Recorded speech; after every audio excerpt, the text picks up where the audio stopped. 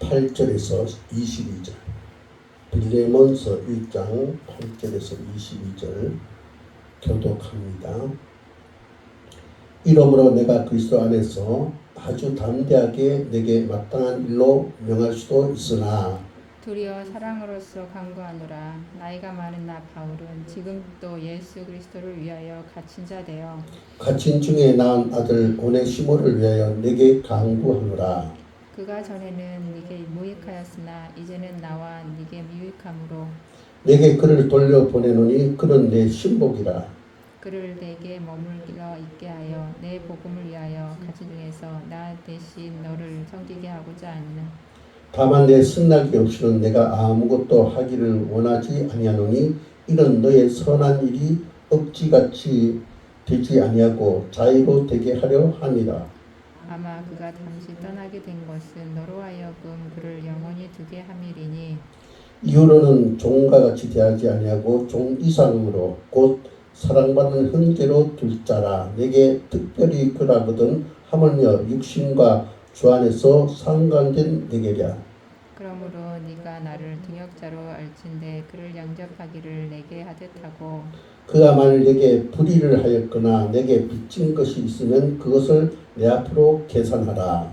나 바울이 친필로 쓰노니 내가 갚으려니와 네가 이 외에 네 자신이 네게 빚진 것은 내가 말하지 아니하노라. 오 형제여, 나로 주 안에서 너로 말미암아 기쁨을 얻게 하고 내 마음이 그리스도 안에서 평안하게 하라. 나는 네가 순정할 것을 확신함으로 네게 썼노니 네가 내가 말한 것보다 더 행할 줄을 아노라. 같이 있습니다. 오직 너는 나를 위하여 숙소를 마련하라. 너희 기도로 내가 너에게 나아갈 수 있기를 바라노라. 아멘. 우리가 성경을 이해하려면은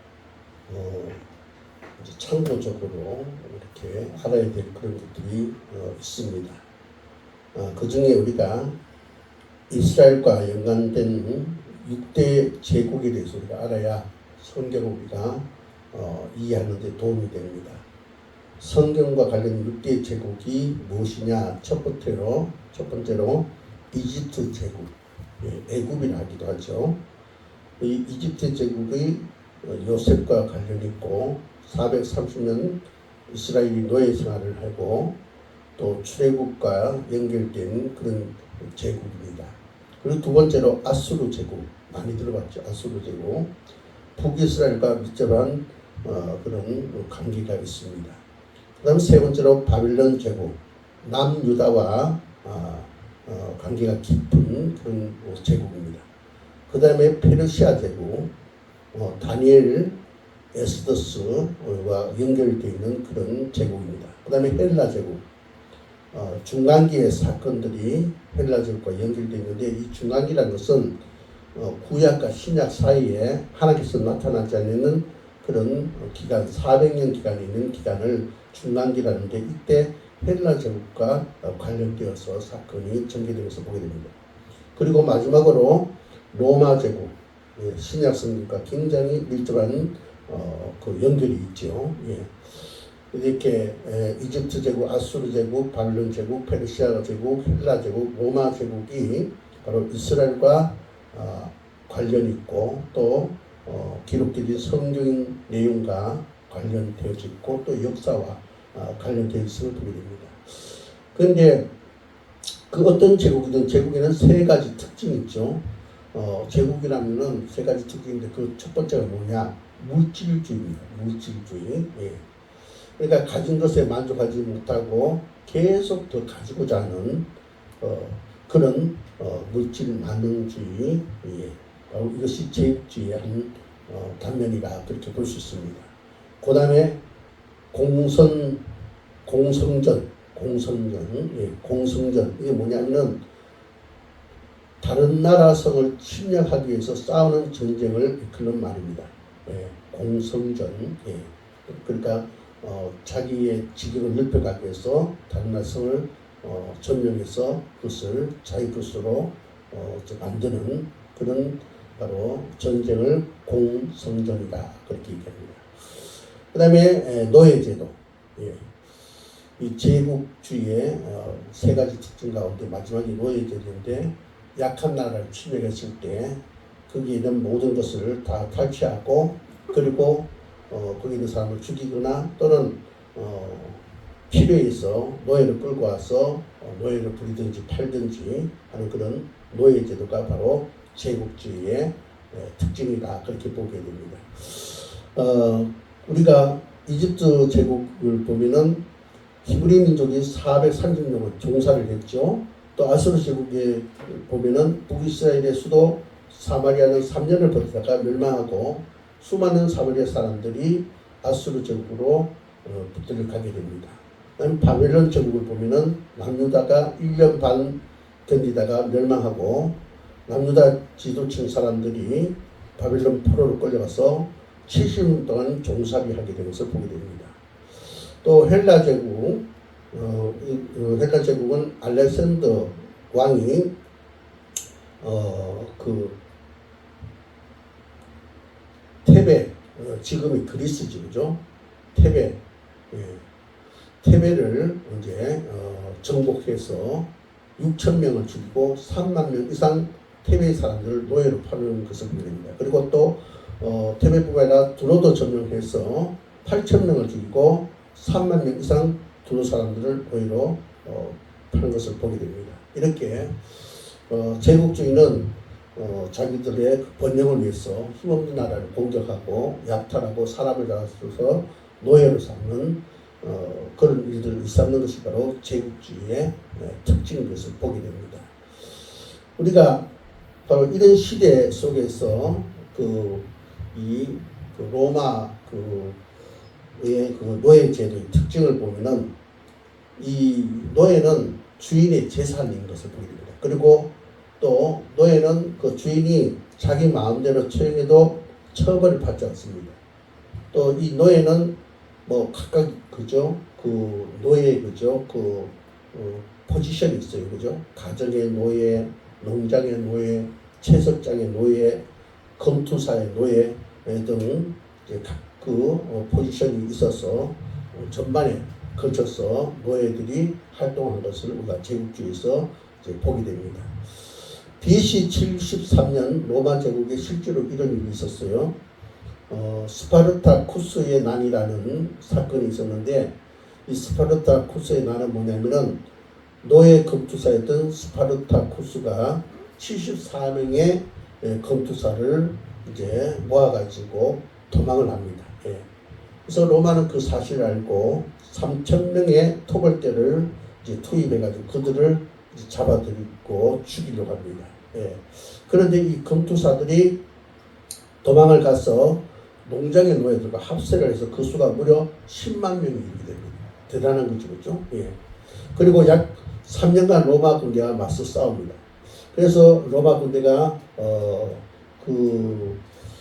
노예 검투사들과 그 농장 그 노예들을 많이 제거하긴 했지만은 그래도 상당한 수를 다 제거하지 못하고 남겨두게 됩니다. 그 무렵 당시에 대단한 부자고 별다른 공격력이 없지만은 뭔가 바람을 일으켜가지고 뭔가 자기 공을 세우자는 사람이 나타나는데 크라수스라는 사람이 나타납니다. 그래서 이 사람이 이제 그 노예를 다 이제 없애지 못한 그것을 자기가 이제 진압을 해서 공을 세워가지고 이제 자리 한 자리를 차지하기 위해서 이제 나서게 되죠. 그래서 이 사람이 총 8개 군단을 이끌고 진압에 나섭니다. 아주 잔인하고 아주 무자비하게 반란군을 응징하게 되는데 크라수스는 전쟁의 승리자가 되어서 원로원의 신임을 얻게 돼서 그래서 그가 이제 또 한 자리를 차지하게 됐는데 그때 살아남은 노예 6,000명을 이제 데리고 와서 로마의 아피아 가도라는 길이 있는데 양쪽에 3,000명씩 그래서 거기에 십자가를 세워가지고 매달아가지고 아주 비참하게 죽입니다. 그래서 로마 거기에 죽음의 소리, 고통의 소리가 로마 전체에 울리게 되는 것을 보는데 이것이 바로 제국과 종의 관계다 그렇게 보게 됩니다.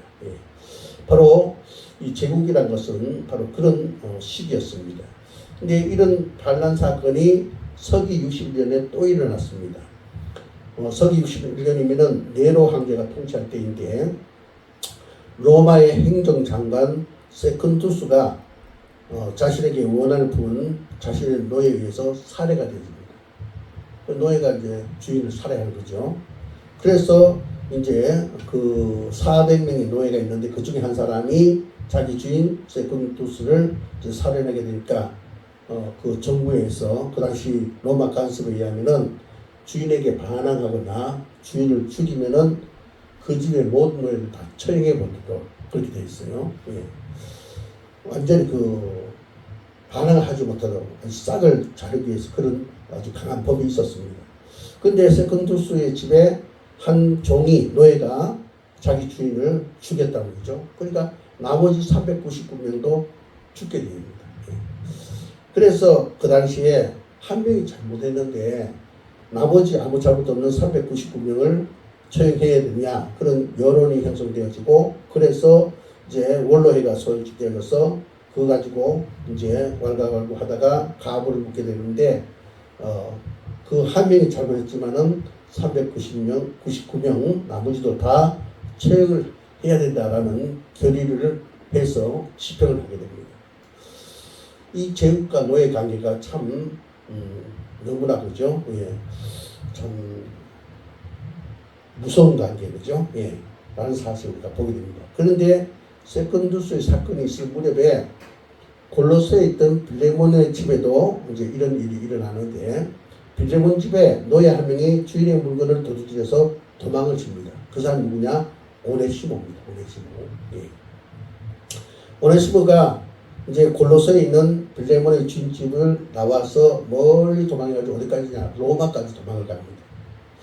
그런데 이때 3차 선교 여행을 하고 이제 로마를 거쳐 스페인을 가고 싶어하는 그 바울이 지금 로마에 도착해가지고 감금되어 있습니다. 그래서 이제 로마 군인이 지키는 셋집에서 머물고 있는데 그때 이 오네시모가 바로 바울이 거기 있음을 알고 바울에게 찾아갑니다. 예.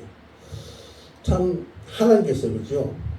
우리가 이 성경을 볼 때마다 느끼지만은 우리 우연히 일어난 일 같은데 하나님께서 그렇죠. 그 모든 것을 섭리하고 있는 것을 우리가 참 자주 확인하게 되는데 오늘 본말씀도 그것을 보게 됩니다. 우리가 성경에 보면은 아브라함이 모리아산 꼭대기에서 하나님 명령을 따라서 자기 아들 이삭을 이제 번제물로 드리지 않습니까? 그 아들 이삭을 벳세에 낳은 아들 주신다고 했고 그걸 통해서 열방의 아비가 되게 하겠다 하셨는데 청년이 될 때 그 아이를 모리아산 꼭대기 가서 번제물로 드리라 합니다. 그때 이 아브라함은 순종하죠. 근데 우리가 보면 어떻습니까? 하나님께서 그 아브라함을 그 이삭을 번제 드려서 그를 이제 묶어가지고 제물로 삼으려고 칼을 들어대어 어떻습니까? 순양을 준비해 놓죠. 이게 바로 하나님의 섭리인 것을 우리가 보게 됩니다. 우리가 또 성경에 보면은 에디오피아 내시 사건도 그래요. 에디오피아 내시 사건도 그 에디오피아 그 내시가 예루살렘 와서 예배하고 본국으로 돌아가는데 그의 신앙을 위해서 사마리아에 열심히 사역하고 있는 빌립 지사를 광야로 보내 만나게 했고 또 그에게 말씀을 이제 배우게 해서 세례를 이제 베푸는 것을 보게 됩니다. 예. 하나님께서 에디오피아의 내시 그가 예루살렘 왔다 돌아갈 때 빌립 지사를 딱 준비해가지고 만나서 바로 그로 하여금 복음을 알게 하고 또 그가 예수를 믿어서 세례를 받는 그런 섭리하는 것을 보게 됩니다. 그러니까 세상에는 우연히가 하나도 없습니다. 다 하나님께서 만들어주신 표현이라는 사실을 우리가 보게 됩니다. 오늘 본 말씀도 마찬가지예요. 오네시모가 바울을 찾아서 바울을 만났다. 하나님 섭리입니다. 예. 그로 하여금 어떻습니까? 주인 그죠? 빌레몬 그죠? 주인 집에 그것을 이제 도둑질 해가지고 이제 도망을 가서 이제 그 바울을 만나서 예수 면접하게 하는 그런 놀란 사건. 이것은 바로 하나님의 섭리와 은혜가 아닐 수 없다는 것을 우리가 보게 됩니다. 바울이 오네시모가 찾아왔을 때 그에게 복음을 전하죠. 세상에 의인이 없는데 하나도 없다. 모두 죄인이다. 그래서 이제 예수는 그 죄인을 위해서 이 땅에 오셨다. 그분이 우리를 위해서 십자가에 우리 죄를 다 이제 대속으로 그리고 제 십자가 지시고 우리 죄값을 다 지불했다. 그래서 그분을 이제 믿으면 된다. 그분은 3일 만에 십자가 죽으신 지 3일 만에 부활하셨고 승천하셨고 이제 장차 우리를 데리고 온다. 우리가 그를 믿으면 바로 죄사함 받을 수 있고 의롭다함을 받게 되고 하나님 양자가 된다. 그래서 하나님을 아버지라 부를 수 있게 되고 우리는 천국을 상속받게 된다. 뭐 이런 내용의 메시지를 오네시모가 바울에게 듣게 되고 그때 오네시모는 그 복음을 듣고 깜짝 놀랍니다. 이런 좋은 소식이 있었구나 해서 예수를 영접하게 되죠. 그래서 이제 이 오네시모가 이제 바울의 이제 제자가 되고 바울을 섬기는 자가 되는데 그때 이 바울이 오네시모에게 오네시모를 위해서 이제 빌레몬에게 이제 편지를 보낸 것이 바로 이 빌레몬서입니다. 예. 그래서 우리가 그 내용을 보면은 하나님께서 이제 그 오네시모를 구원하기 위해서 바로 빌레몬의 그 집에 그가 노예로 들어가서 있다가 그 것을 도둑질해서 나오게 되고 도망을 로마로 와서 바울을 만나게 되는 과정 속에서 그를 구원을 시키고 그리고 나서 이제 이 오네시모가 변화되니까 어떻게요? 바울이 쓸만한 인간이다 생각되어져서 이제 그를 빌레몬에게 편지를 써서 말하죠. 예, 전에는 이 오네시모가 너희에게 쓸모없는 자였다. 예, 그러나 이제 너와 나에게 쓸모있는 자가 되었으니 그를 용서하고 형제로 받아들라. 예, 그 얘기를 하기 위해서 두기고편에 로마에서 골로새까지 이 빌레몬서를 써가지고 오네시모와 함께 더불어 보냅니다. 그래서 이 빌레몬이 그를 용서하고 받아들였다는 그런 얘기가 오늘 본 말씀에 쭉 나옵니다. 그래서 8절에서 22절 내용이 바로 그런 내용인데요. 우리가 뭐 그렇게 길지 않은 편지를 그죠? 8절에서 22절까지 그죠? 그 짧은 편지는 우리가 이 편지 내용을 보면은 아주 그죠? 귀한 그런 내용이 있는 것을 보게 됩니다. 첫째로 빌레몬의 그 이름을 그죠? 빌레몬이 아니라 오네시모, 예, 오네시모의 이름을 보면은 그 뜻이 유용한. 예. 자, 빌레몬의 종 오네시모가 그 빌레몬 집에서 종으로 살다가 주인 것을 도둑질하다가 도망갔어요, 그죠? 예. 그러니까 그 주인에게 해를 끼친 자죠, 그죠? 쓸모없는 자입니다, 그죠? 예. 주인을 아주 노역게 한 자입니다, 그죠? 그런데 어떻습니까?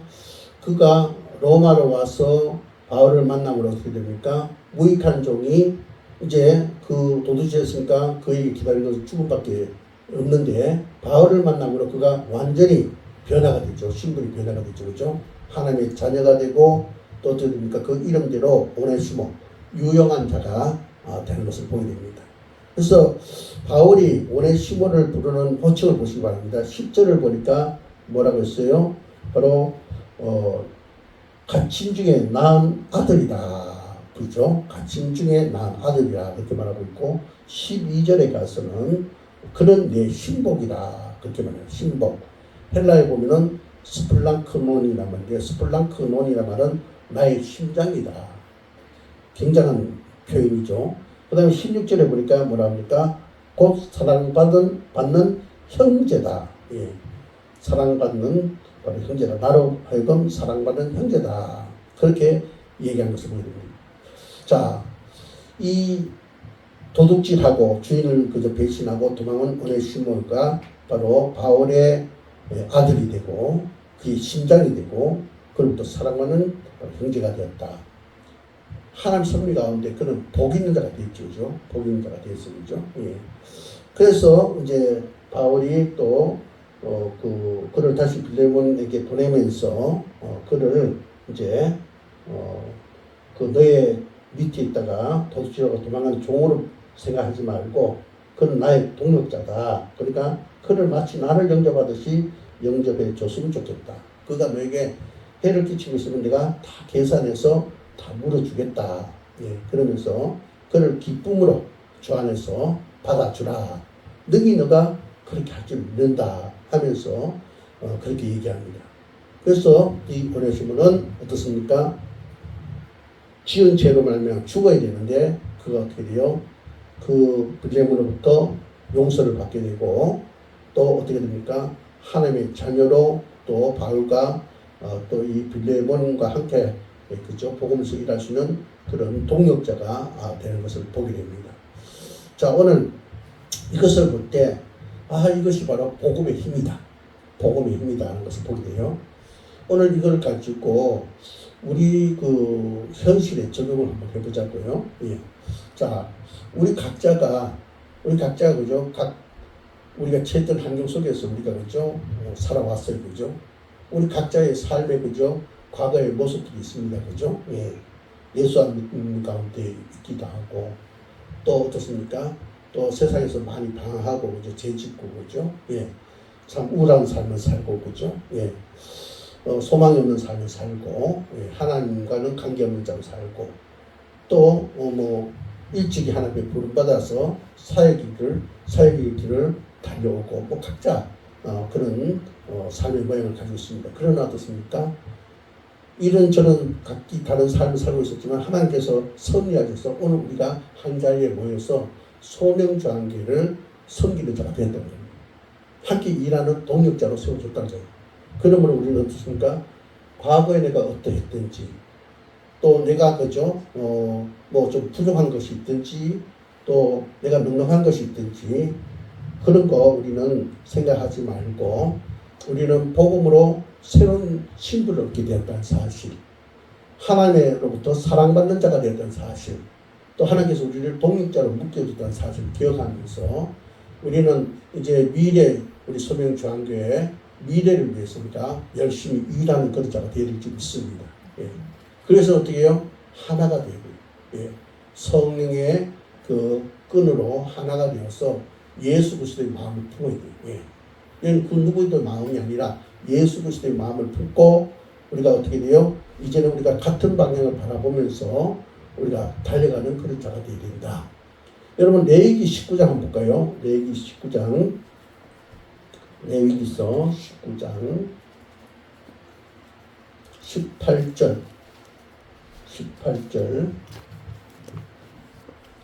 제 책으로 175쪽 레위기서 19장 18절 말씀 같이 있습니다. 시작. 원수를 갚지 말며 동포를 원망하지 말며 네 이웃 사랑이를 내 자신과 같이 사랑하라. 나는 여호와입니다. 예. 자, 여기 보니까 원수를 갚지 말며 우리는 본성이 타락해가지고 그죠? 우리는 악합니다. 예, 무지합니다. 어리석습니다. 그래서 우리는 죄를 하나 앞에 짓지만 사람 앞에 죄를 져요. 그죠? 그래서 서로가 이제 미워하도록 사탄이 자꾸 역사해서 우리가 서로가 미움의 대상이 되어져 가고 있습니다. 그러므로 우리는 어떻게 해요? 그런 사탄의 게임에 속아서 서로 미워하는 자가 원수를 갚는 자가 되지 말고 예. 또 어떻게 해요? 서로를 너 괜히 만났다 그죠? 너와 함께 인생을 하게 돼서 후회된다 이렇게 원망하지 말고 어떻게 해요? 내 이웃을 사랑하기를 내 자신같이 사랑하라. 나 여호와이니라. 하나님께서 서로 사랑하라 했어요. 그래서 우리는 바로 사도 바울이 빌레몬에게 오네시모가 너에게 행한 일로 미워하지 말고 그를 그저 죽음에 이르도록 그를 심판하지 말고 그는 나의 동역자니 내가 갇힌 가운데서 낳은 아들이고 또 하나님부터 사랑받는 자고 나의 심장과 같은 자니 그와 더불어서 함께 일했으면 좋겠다. 그런 바람을 바울이 전했고 그 바람을 빌레몬이 받아서 그래서 함께 하나님의 동역자가 돼서 멋진 인생을 그저 창출한 것처럼 오늘 우리들도 그런 자가 되어야 될 줄 믿습니다. 예, 그래서 우리 다 부족해요. 부족하는데 험을 보지 말고 서로 원수 갚으려 하지 말고 원망 불평하지 말고 그저 내모같이 사랑하면서 하나님께서 주신 우리 그 사명 위해서 우리가 기도하고 또 열심히 준비해서 우리가 하나님께서 기뻐하시는 그 소명장교의 형태를 이뤄가야 됩니다.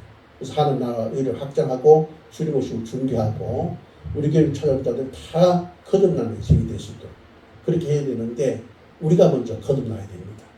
또 우리가 거듭남으로 다른 사람을 거듭나게 해야 돼요. 오늘 이 빌레몬서 보니까 그죠? 한 사람을 해서 바울, 두기고, 빌레몬 이 세 사람이 바로 수고했고 또 그로 말미암아 오네시모가 바로 놀란 그죠?